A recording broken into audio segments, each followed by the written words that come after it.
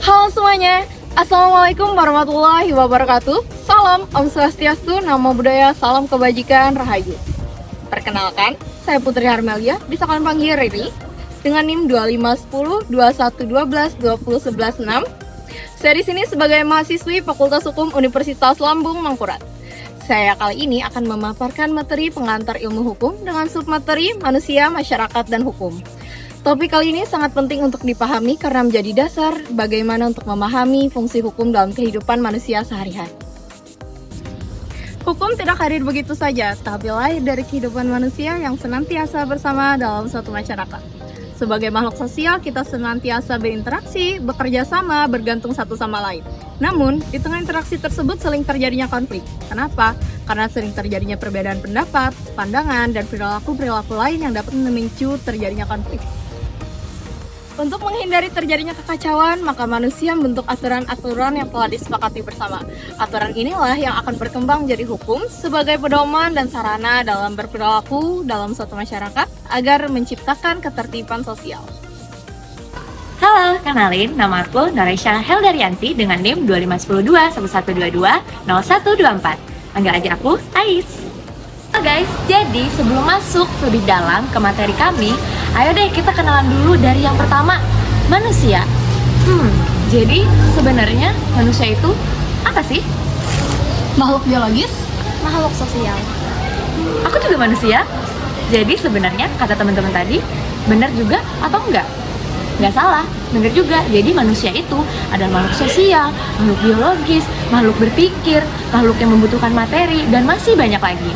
Nah, tapi dalam konteks ini kita akan ngomongin manusia yang nantinya akan bergerumpul, membentuk masyarakat, dan masyarakat itu nanti akan membuat dan juga menjalankan sistem hukum. Nah, setelah mereka membuat dan juga menjalankan sistem hukum, maka manusia dan masyarakat tadi akan menjadi subjek hukum. Untuk penjelasan tentang hubungan antara manusia dan masyarakat, akan kita bahas di materi selanjutnya. Halo semuanya, perkenalkan nama saya Rehani Iftina Syahwati dengan NIM 251021120134. Materi yang akan saya bawakan adalah manusia dan masyarakat.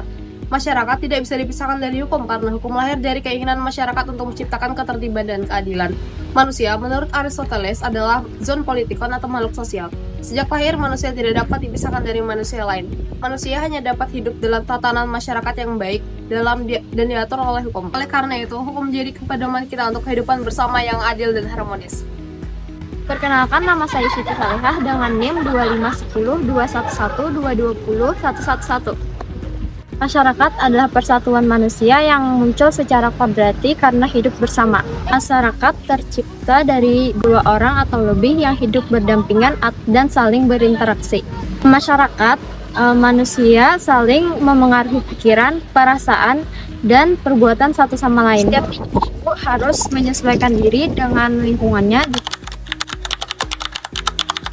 Jika tidak, ia akan merasa kecewa dan terasingkan dari lingkungannya.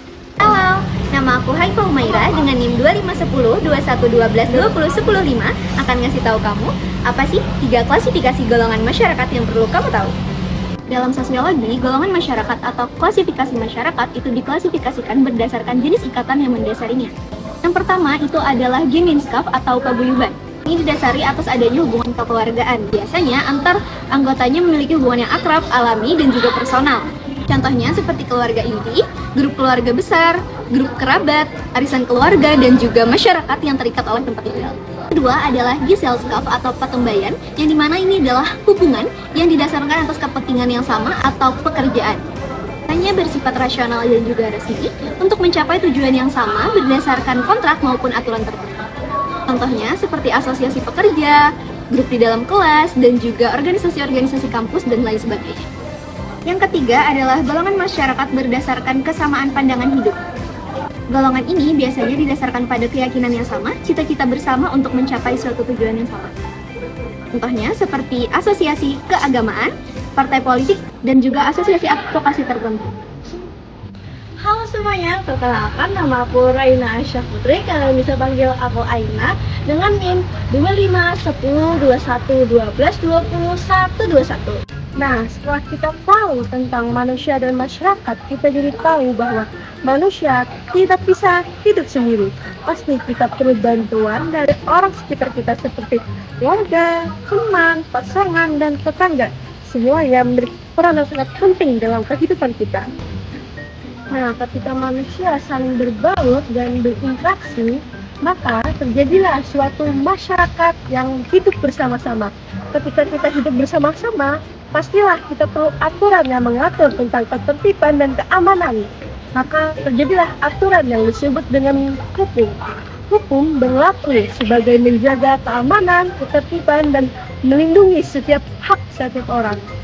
Hukum memiliki rasa aman untuk setiap orang dan menjadikan kita untuk memiliki kedudukan yang sama di hadapan hukum. Siapapun itu, kita tetap harus patuh terhadap hukum. Manusia, masyarakat, dan hukum saling terikat erat, tidak bisa terpisahkan. Karena manusia sebagai pelaku hukum, masyarakat sebagai tempat hukum berlaku, dan hukum menjadi tempat pengatur antar hubungan manusia. Dan terakhir yang harus kalian ingat, bahwa ketika kita patuh terhadap hukum, bukan berarti kita dibatasi, namun justru kita dilindungi oleh hukum. Karena itu, marilah kita taati hukum.